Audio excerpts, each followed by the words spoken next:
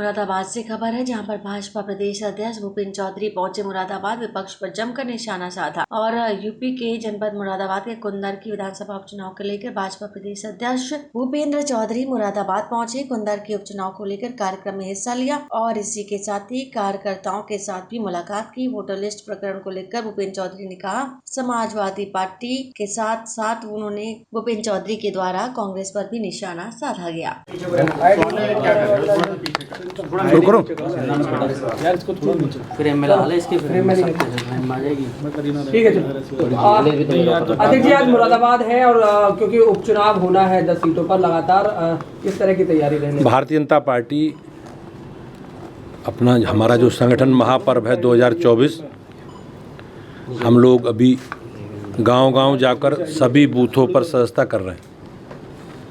हमारी पार्टी का लक्ष्य है कि हमें प्रत्येक बूथ पर 200 सदस्य बनाने हैं। तो अभी पहले चरण में हम लोग सभी बूथों पर सदस्यता करा रहे हैं। इसलिए करा रहे हैं कि हमें अपने संगठन का स्ट्रक्चर बनाना है। भारतीय जनता पार्टी की प्राथमिक इकाई बूथ है। अगले चरण में हम 1 अक्टूबर से 15 अक्टूबर तक सामूहिक सदस्यता करेंगे। सार्वजनिक स्थानों पर कैंप लगाएंगे और अलग अलग सामाजिक वर्गों की सामूहिक सदस्यता कराने का काम पार्टी करेगी। 15 अक्टूबर के बाद हम लोग सक्रिय सदस्यता अभियान चलाएंगे और उसके बाद संगठन के गठन की प्रक्रिया प्रारंभ होगी। भारतीय जनता पार्टी का हमारा माननीय प्रधानमंत्री जी के जन्मदिन 17 सितंबर से और महात्मा गांधी जी की जयंती 2 अक्टूबर से तक पार्टी एक सेवा पखवाड़े के तहत अनेकों हमने सेवा के काम, रचनात्मक काम, संगठनात्मक काम तय किए हैं। उन कामों में रक्तदान शिविर हैं, स्वच्छता पखवाड़ा है और पंडित दीनदयाल उपाध्याय जी का जन्मदिन है। महात्मा गांधी जी के जन्मदिन 2 अक्टूबर को हम सब लोग जो महात्मा गांधी जी का संकल्प है स्वच्छता का, स्वदेशी का, उसके साथ आगे बढ़ेंगे। आपने कही विधानसभा उपचुनाव की 10 सीटों पर उपचुनाव है विधानसभा का। भारतीय जनता पार्टी अपने कार्यकर्ताओं के साथ हम लोग पूरी तैयारी कर रहे हैं। हमने संगठन के स्तर पर अपने संगठन का स्ट्रक्चर तैयार कर लिया है। अधिकतम सदस्यता भी हम उन विधानसभाओं में करा रहे हैं और सामाजिक दृष्टि से भी भारतीय जनता पार्टी के संगठनात्मक विषयों को लेकर, जैसे हमारे मोर्चों के सम्मेलन हैं, प्रकोष्ठों की बैठकें हैं, तो हम लोग अपने संगठन को एक्टिवेट करके और जैसे भी हमारी अधिसूचना लगेगी चुनाव की, माननीय निर्वाचन आयोग चुनाव की अधिसूचना घोषित करेंगे, तो हम अपने प्रत्याशी चयन की प्रक्रिया को आगे बढ़ाकर मोदी जी, योगी जी के नेतृत्व में उत्तर प्रदेश में सभी विधानसभा चुनाव लड़ेंगे। भाई साहब, परसों एक प्रोटेस्ट हो जाता है डीएम यहाँ कलेक्ट्रेट पे। उन्होंने जो पूर्व विधायक हैं रिजवान, उन्होंने बहुत बड़ा आरोप लगाया है कि ये वोट काटे जा रहे हैं। वो कह रहे हैं हम जिंदा है वोट काटे, लेकिन एडमिनिस्ट्रेशन ने उसको नकार दिया है, उनको गलत साबित कर दिया। किस तरह देखते हैं? अखिलेश यादव आप देखते होंगे कि समाजवादी पार्टी और कांग्रेस पार्टी चुनावों को लेकर जिस प्रकार से हमारी संवैधानिक संस्थाओं को, चुनाव आयोग को, सरकारी मिशनरों को लांछित करने का काम करती रही है। तो ये एक एजेंडा है उनका और जनता के बीच में उनकी कोई उपस्थिति नहीं है।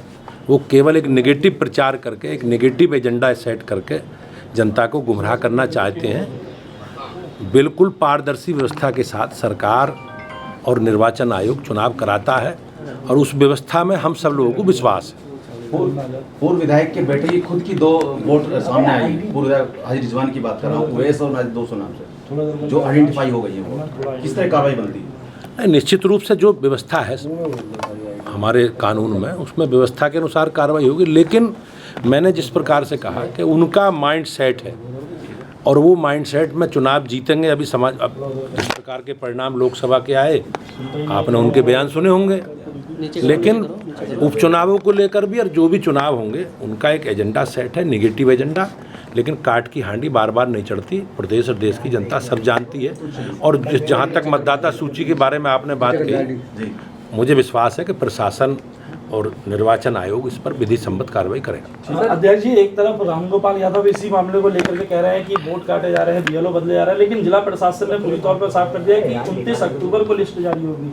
ऐसे में बेबुनियाद आरोप लगाए जा रहे हैं। जैसा मैंने कहा कि उनका एक माइंड सेट है और वो जनता के बीच में उनकी कोई उपस्थिति नहीं है। लोगों को जनता को एक नेगेटिव मुद्दों से प्रभावित करने का काम समाजवादी पार्टी और कांग्रेस पार्टी करती है, लेकिन प्रदेश और देश की जनता और हम सब लोगों को देश की जो व्यवस्था है उस व्यवस्था में विश्वास है और विश्वास के आधार पर हम सब लोग आगे बढ़ रहे हैं। ओबीसी मोर्चा ने आज लखनऊ में जो है वो ऐलान किया है, जैसे राहुल गांधी ने अमेरिका में बयान दिया उसको लेकर के कि राहुल गांधी के घर का घेराव करेंगे। राहुल गांधी का जो चरित्र है और आपने देखा होगा विदेशों में जाकर जिस प्रकार से वो एक राजनीतिक पार्टी हम लोगों का विरोध करते करते देश के विरोध में आ जाते हैं, वो कहीं ना कहीं एक निंदा करने योग्य है।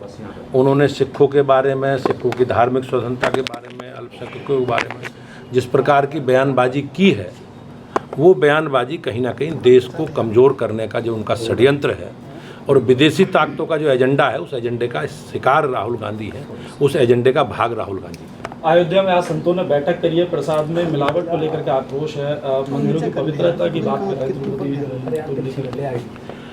हमारी पार्टी, हमारी सरकार है, जो भी फूड सिक्योरिटी एक्ट की व्यवस्था है उसके अनुसार हमारी सरकार कार्रवाई कर रही है। सबकी आस्थाओं का, सबकी मान्यताओं का सम्मान हो, इस पर सरकार काम कर रही है। मुझे विश्वास है कि योगी जी के नेतृत्व में हम लोग, ये धार्मिक मुद्दा है, करोड़ों लोगों की धार्मिक आस्था से जुड़ा विषय है और सरकार उसका सम्मान करते हुए जो भी विधि संबद्ध कार्रवाई है सरकार करेगी। धन्यवाद। मुरादाबाद से रिहान अंसारी की रिपोर्ट।